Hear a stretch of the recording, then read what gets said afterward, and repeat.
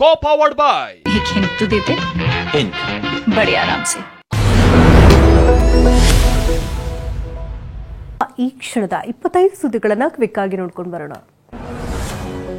15 budget ಮಂಡಿಸಿದ ಸಿಎಂಗೆ ಗ್ಯಾರಂಟಿಗೆ ಹಣ ಕ್ರೋಢೀಕರಿಸಲು ಆಗ್ತಿಲ್ಲ ಎಂದು ಬಿಜೆಪಿ ರಾಜ್ಯಾಧ್ಯಕ್ಷ ವಿಜಯೇಂದ್ರ ಆರೋಪಿಸಿದ್ದಾರೆ.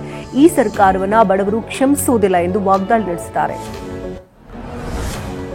ಕಾಂಗ್ರೆಸ್ ಶಾಸಕರನ್ನ ಸೆಳೆಯಲು ಬಿಜೆಪಿ ತಲಾ 100 ಕೋಟಿ ಆಫರ್ ಮಾಡಿದೆ. 30 ಜನರಿಗೆ ಮಂತ್ರಿ ಮಾಡುವುದಾಗಿ ಆಮಿಷವನ್ನು ಒಡ್ಡಿದೆ ಎಂದು ಕೈ ಶಾಸಕ ರವಿ ಗಣಿಗ ಮಾಡಿರುವಂತಹ ಆರೋಪಕ್ಕೆ ಪ್ರಹ್ಲಾದ್ ಜೋಶಿ ತಿರುಗೇಟು ನೀಡಿದ್ದಾರೆ. ದಾಖಲೆ ಇದ್ದರೆ ರಿಲೀಸ್ ಮಾಡುವಂತೆ ಸವಾಲ್ ಹಾಕಿದ್ದಾರೆ. ಮೂಡಾ ಕೇಸ್ನಲ್ಲಿ ಸಿಎಂ ಆಪ್ತ ಮರಿಗೌಡಗೆ ಗ್ರಿಲ್ ಮಾಡಿದಂತಹ ಇಡಿ ನಿನ್ನೆ 3ನೇ ಆರೋಪಿಯಾಗಿರುವಂತಹ ಸಿಎಂ ಸಿದ್ದರಾಮಯ್ಯ ಬಾಂಬೈದ ಮಲ್ಲಿಕಾರ್ಜುನ ಸ್ವಾಮಿಯನ್ನ ವಿಚಾರಣೆ ನಡೆಸಿದೆ.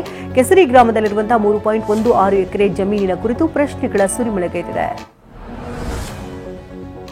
ಮಧ್ಯೆ ಲೋಕಾಯುಕ್ತ ಅಧಿಕಾರಿಗಳು ಮೂಡಾದ ಹಿಂದಿನ ಆಯುಕ್ತರಾಗಿದ್ದ ನಟೇಶ್ ಅವರಿಗೆ ನೋಟಿಸ್ ಅನ್ನು ಕೊಟ್ಟಿದ್ದಾರೆ. ಇಂದು ವಿಚಾರಣೆಗೆ ಹಾಜರಾಗುವಂತೆ Mysuru Lokayukta SP TJ Udesh notice ಮೂಲಕ ಸೂಚನೆಯನ್ನು ಕೊಟ್ಟಿದ್ದಾರೆ. ಬಿಜೆಪಿ ಅವಧಿಯಲ್ಲಾದಂತಹ ಕೋವಿಡ್ ಹಗರಣ ದೊಡ್ಡದಾಗಿ ಬಿಂಬಿಸಬೇಕು. ಯಾವುದೇ ಕಾರಣಕ್ಕೂ ಈ ವಿಚಾರವನ್ನು ಇಲ್ಲಿಗೆ ಕೈಬಿಡೋದು ಬೇಡ. ಅಗ್ರೆಸಿವ್ ಆಗಿ ಜನರ ಮುಂದಿಡಬೇಕು ಎಂದು ಸಿಎಂ ಸಿದ್ದರಾಮಯ್ಯ ಹಿರಿಯ ಸಚಿವರಿಗೆ ಸೂಚಿಸಿದ್ದಾರೆ. ಎಸ್ಐಟಿ ಮುಖ್ಯಸ್ಥ ನೇಮಕ ಹೊಣೆ ಪರಮೇಶ್ವರ್ಗೆ ವಹಿಸಿದ್ದಾರೆ. ವಿವಿಧ ಬೇಡಿಕೆ ಆಗ್ರಹಿಸಿ ವೈನ್ ಮರ್ಚೆಂಟ್ಸ್ ಅಸೋಸಿಯೇಷನ್ ನಾಳೆ ಪ್ರತಿಭಟನೆಗೆ ಮುಂದಾಗಿದೆ. ರಾಜ್ಯವ್ಯಾಪಿ ಮದ್ಯ ಮಾರಾಟ ಬಂದ್ಗೆ ಅಸೋಸಿಯೇಷನ್ ಕರೆ ನೀಡಿದೆ. ನಾಳೆ ಎಂಎಸ್ಐಎಲ್ ಹೊರತುಪಡಿಸಿ ಉಳಿದ ಬಾರ್ಗಳು ಬಂದ್ ಆಗುವ ಸಾಧ್ಯತೆ ಇದೆ. ಉಡುಪಿ ಜಿಲ್ಲೆಯಲ್ಲಿ ನಕ್ಸಲರು ಮತ್ತು ಪೊಲೀಸರ ನಡುವೆ ಗುಂಡಿನ ಚಕಮಕಿ ನಡೆದಿದೆ. ಹೆಬ್ರಿ ಠಾಣಾ ವ್ಯಾಪ್ತಿಯ ಕಬ್ಬಿನಾಲೆ ಅರಣ್ಯ ಪ್ರದೇಶದಲ್ಲಿ ನಕ್ಸಲ್ ನಾಯಕ ವಿಕ್ರಮ್ ಗೌಡರನ್ನು ಎನ್ಕೌಂಟರ್ ಮಾಡಲಾಗಿದೆ. ಹಲವು ದಿನಗಳಿಂದ ಕೋಂಬಿಂಗ್ ಕಾರ್ಯಾಚರಣೆಯನ್ನು ನಡೆಸಲಾಗಿತ್ತು. ದೆಹಲಿಯಲ್ಲಿ ಗಾಳಿಯ ಗುಣಮಟ್ಟ ತೀರಾ ಕೆಳಮಟ್ಟಕ್ಕೆ ಕುಸಿದಿದ್ದು ಸುಪ್ರೀಂ ಕೋರ್ಟ್ 12ನೇ ತರಗತಿವರೆಗೂ ಬಂದ್ ಮಾಡುವಂತೆ ನಿರ್ದೇಶನ ಕೊಟ್ಟಿದೆ. ಈಗಾಗಲೇ ದೆಹಲಿ ಸರ್ಕಾರ 11ನೇ ತರಗತಿವರೆಗೂ ಶಾಲೆಗಳನ್ನು ಬಂದ್ ಮಾಡಿ ಆನ್ಲೈನ್ ತರಗತಿಯನ್ನು ನಡೆಸುವುದಕ್ಕೆ ಸೂಚಿಸಿದೆ.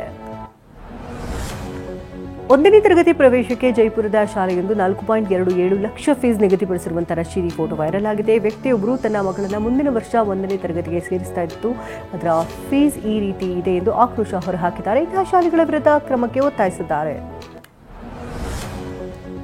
ಬ್ರೆಜಿಲ್ನ ರಿಯೋ ಡಿ ಜನೈರೋದಲ್ಲಿ ನಡೀತಾ ಇರುವಂತಹ G20 ಶೃಂಗಸಭೆಯಲ್ಲಿ ಪ್ರಧಾನಿ ಮೋದಿ ಜಾಗತಿಕ ದಕ್ಷಿಣದ ಸವಾಲುಗಳು ಮತ್ತು ಆದ್ಯತೆಗಳ ಬಗ್ಗೆ ಒತ್ತಿ ಹೇಳಿದ್ದಾರೆ. ಆಹಾರ, ಇಂಧನ, ರಸಗೊಬ್ಬರ ಕೊರತೆ ಬಗ್ಗೆ ಪ್ರಧಾನಿ ಮಾತನಾಡಿದ್ದು ಭಾರತದ ಒಂದು ಭೂಮಿ, ಒಂದು ಕುಟುಂಬ, ಒಂದು ಭವಿಷ್ಯ ಎಂಬ ಧ್ಯೇಯವನ್ನು ಪುನರುಚ್ಚರಿಸಿದ್ದಾರೆ. ಎಲಾನ್ ಮಸ್ಕ್ರ ಸ್ಪೇಸ್ ಎಕ್ಸ್ನ ಉಡಾವಣಾ ವಾಹಕ ಫಾಲ್ಕನ್ 9 ಇಸ್ರೋದ 4700 ಕೆಜಿ ತೂಕದ GSAT-20 ಉಪಗ್ರಹವನ್ನು ಯಶಸ್ವಿಯಾಗಿ ನಭಕ್ಕೆ ಹೊತ್ತೊಯ್ದಿದೆ. ಫ್ಲೋರಿಡಾದ ಕೇಪ್ ಕ್ಯಾನ್ವೆಲ್ನಿಂದ ಉಡಾವಣೆ ಮಾಡಲಾಗಿದೆ. ಇದರಿಂದ ಭಾರತದ ಮೂಲೆ ಮೂಲೆಗೂ ಇಂಟರ್ನೆಟ್ ಸಂಪರ್ಕ ದೊರೆಯಲಿದೆ.